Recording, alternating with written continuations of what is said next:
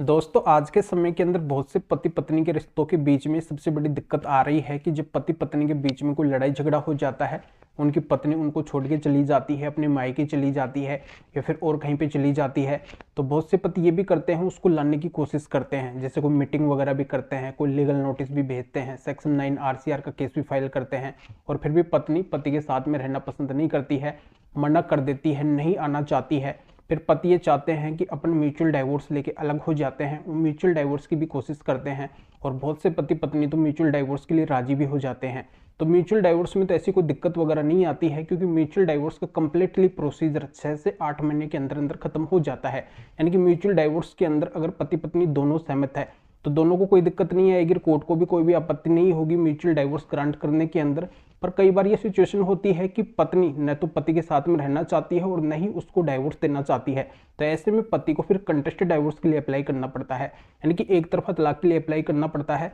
और एक तरफा तलाक आसानी से मिलता नहीं है, यानी कि हस्बैंड को काफी अधिक समय देना पड़ता है। और उसके अंदर भी डाइवोर्स यानी कि तलाक मिल जाए तो मिल जाए, ना भी मिले इसकी कोई भी गारंटी नहीं होती है।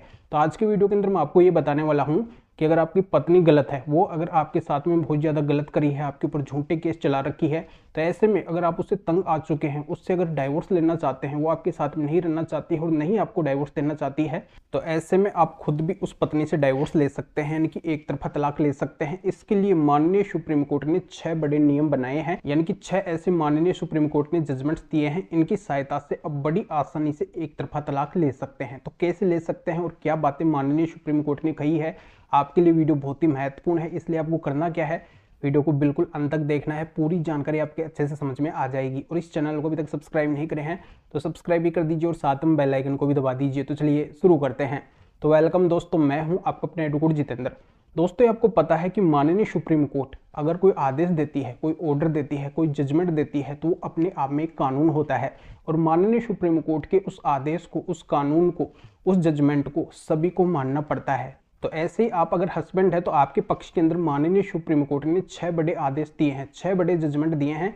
इनकी सहायता से आप पत्नी से डाइवोर्स लेना चाहते हैं तो आप डाइवोर्स ले सकते हैं, आपको कोई भी दिक्कत नहीं आएगी। बस आपको क्या करना है, आपका जो एक तरफा तलाक का केस यानी कि डाइवोर्स का केस चल रहा है, उसके अंदर जाके इन 6 जजमेंट्स को लगाना है। और इन जजमेंट्स की सहायता से बड़ी आसानी से आपको एक तरफा तलाक मिल जाएगा, बहुत कम समय के अंदर मिल जाएगा। और इसकी गारंटी हो जाएगी कि आपको तलाक जरूर मिलेगा इन जजमेंट्स को लगाने से।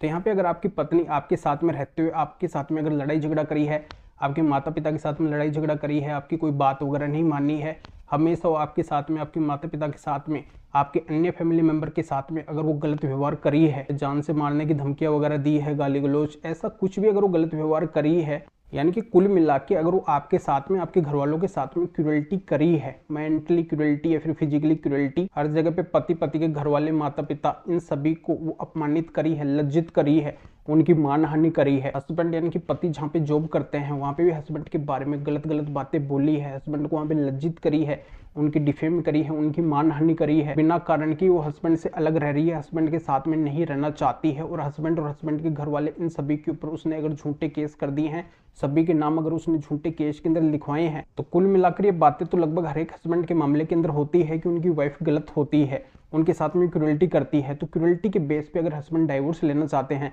तो ऐसे में माननीय सुप्रीम कोर्ट के 6 जजमेंट उनके काम आएंगे। बस उनको क्या करना है, अपना जो भी एक तरफा तलाक यानी कि कंटेस्टेड डाइवोर्स का केस चल रहा है, तो उसके अंदर माननीय सुप्रीम कोर्ट के इन 6 जजमेंट्स को लगाना है और कोर्ट को कन्विंस करना है, बता देना है कि पत्नी मेरे साथ में नहीं रहना चाहती है, और जब साथ में रही है तो इसने हमारे साथ में बहुत ज़्यादा गलत किया है, ये हमारे ऊपर झूठे केस कर रखी है, ये सारे एविडेंस हमारे पास में है।